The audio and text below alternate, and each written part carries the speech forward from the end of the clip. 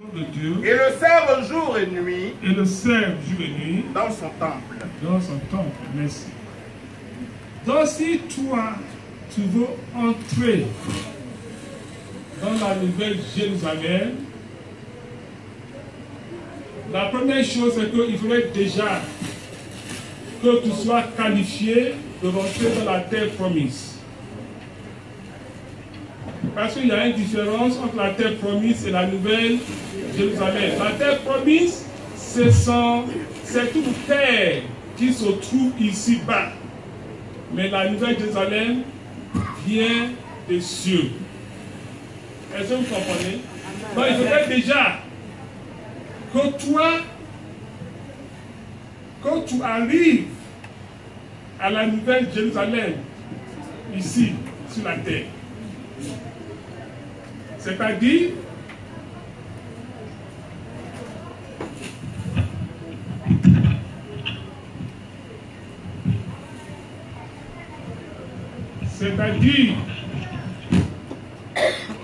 il faudrait que tu soignes ton adoration. Il faut que tu soignes ton adoration. Il faut que tu sois véritablement un vrai céleste.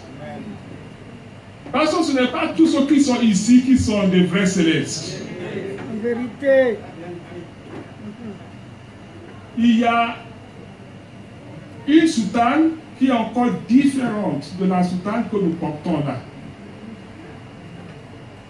Parce que la soutane que nous portons, que vous voyez là, sont des soutanes extérieures.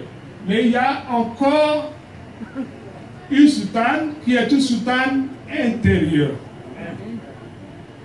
qui est réservée pour ceux qui sont des véritables célestes, les fidèles spirituels, les adorateurs qui adorent Dieu en esprit et en vérité. L'évangile selon Saint Jean chapitre 4 verset 19 dit: ce sont de tels adorateurs que Dieu veut, ceux qui adorent Dieu en esprit et en vérité. Je ne voudrais pas qu'il y ait des amalgames ou que votre cœur ne soit troublé. Aucunement. Parce que pour adorer Dieu en esprit et en vérité, ce n'est pas seulement d'appartenir à une tendance. Parce que il y avait dans nos temps où les enfants d'Israël se disaient à un moment que c'est sur la montagne qu'ils devaient adorer Dieu, parce que Moïse a reçu les tableaux de la loi sur le mont Sinaï.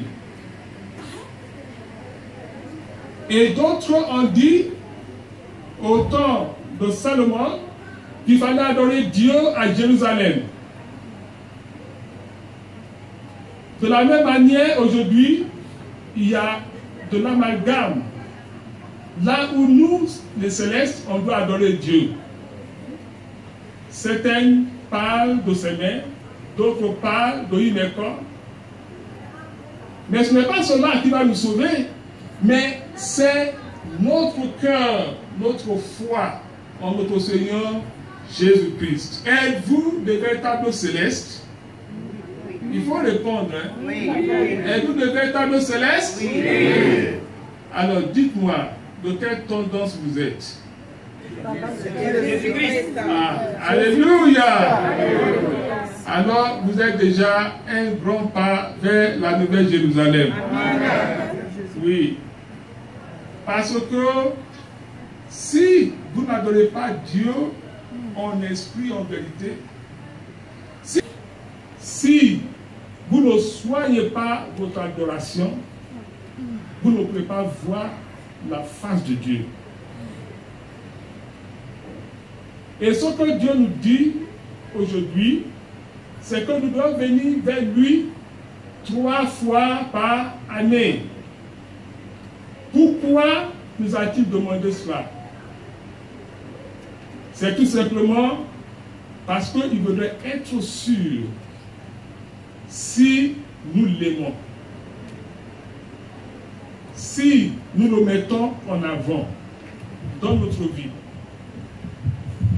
si tout ce que nous avons lui appartient, si nous pouvons lui donner et l'adorer avec nos richesses et avec nos biens, si nous pouvons l'aimer au-dessus de toutes choses, s'il peut être en avant dans notre vie. C'est pourquoi il nous a demandé de venir 3 fois de l'an. Vous les célestes, vous connaissez les 3 fois que Dieu nous demande, n'est-ce pas? Et aujourd'hui, c'est l'un de ces 3 fois-là qui est la fête des moissons. Donc, c'est un jour solennel, un jour important, un jour que le Seigneur lui-même distingue dans les cieux et sur la terre, pour que les enfants de Dieu viennent se présenter devant lui. Mais il ajouta que pour se présenter devant lui aujourd'hui, on ne doit pas venir les mains vides, n'est-ce pas? On doit venir les mains chargées. Les mains chargées de présents, n'est-ce pas? Nous devons lui donner tous nos biens que nous pouvons donner. Mais c'est dans la 2e lettre de Saint Paul aux Corinthiens que nous avons appris comment nous devons apporter nos présents pendant la fête de moisson à Dieu. Qu'est-ce que la 2e lecture nous dit? 2e Corinthiens. Sachez-le. Sachez-le. Celui qui sème peu moissonnera peu. Celui qui sème peu moissonnera peu. Et celui qui sème abondamment moissonnera abondamment. Et celui qui sème abondamment moissonnera abondamment. Donc, ça veut dire que à la moisson, il y a des règles qui régissent la moisson. Qui sont ceux qui sèment peu? Et qui sont ceux qui sèment abondamment? Nous ne parlons pas de la quantité, mais nous parlons de la qualité. Alléluia. Alléluia. Tu peux continuer pour que nous puissions comprendre les règles là. Oui. Que chacun donne comme il l'a résolu en son cœur. Oui, donc les présents que nous allons apporter devant Dieu, ce n'est pas selon nos poches. Ce n'est pas notre richesse qui va nous gouverner, mais c'est notre cœur. Est-ce que vous comprenez? Oui, c'est selon que toi, tu as résolu dans ton cœur. Parce que tu peux ne pas avoir beaucoup d'argent, n'est-ce pas? Tu peux avoir très peu d'argent. Mais tu peux donner comme tu as résolu dans ton cœur. Imaginons que vous n'avez que 2 euros aujourd'hui. Et tu dis, à mon Dieu, je vais donner 1 euro. Hein, sous les 2 euros. Mais quand tu vas le décider, il faudrait que cela soit une décision sincère, que ça vienne du cœur. Alléluia. Alléluia. Ce n'est pas parce que tu as vu quelqu'un donner 1 euro, c'est à cause de ça que toi aussi tu donnes 1 euro. C'est ce que ça veut dire. Tu ne dois pas regarder les autres, mais tu dois regarder dans ton cœur pour pouvoir donner à Dieu. C'est ce que cela veut dire. C'est le début d'une bonne moisson. Tu peux continuer? Sans tristesse ni contrainte. Sans tristesse ni contrainte. Ni contrainte. Car Dieu aime celui qui donne avec joie. Merci. Donc, personne ne doit exercer une pression. Il ne faut pas qu'il y ait une contrainte. Il faut que ça soit quelque chose qui vient de ton cœur. Parce que une bonne sacrifice de bonne odeur doit passer par le cœur. Parce que quand tu respires de bonne odeur, d'une bonne action, ça doit passer par le cœur.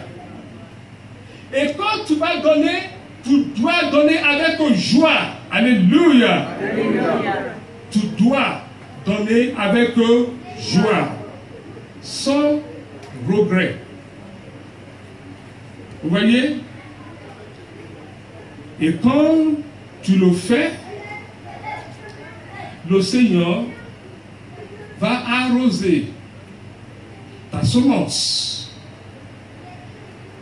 Et ça va porter beaucoup de fruits. Tu peux donner 10 000 euros. Et que cela ne nous apporte rien dans la maison de Dieu. Parce que tu l'as donné avec orgueil.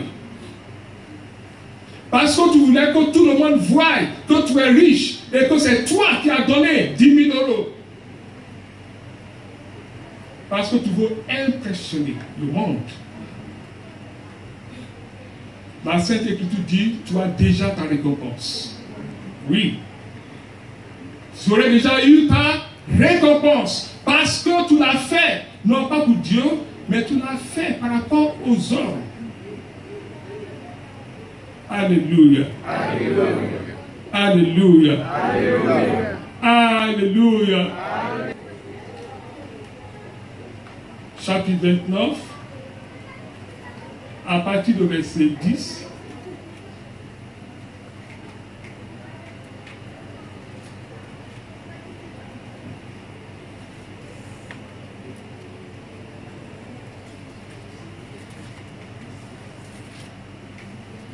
David bénit l'Éternel David bénit l'Éternel en présence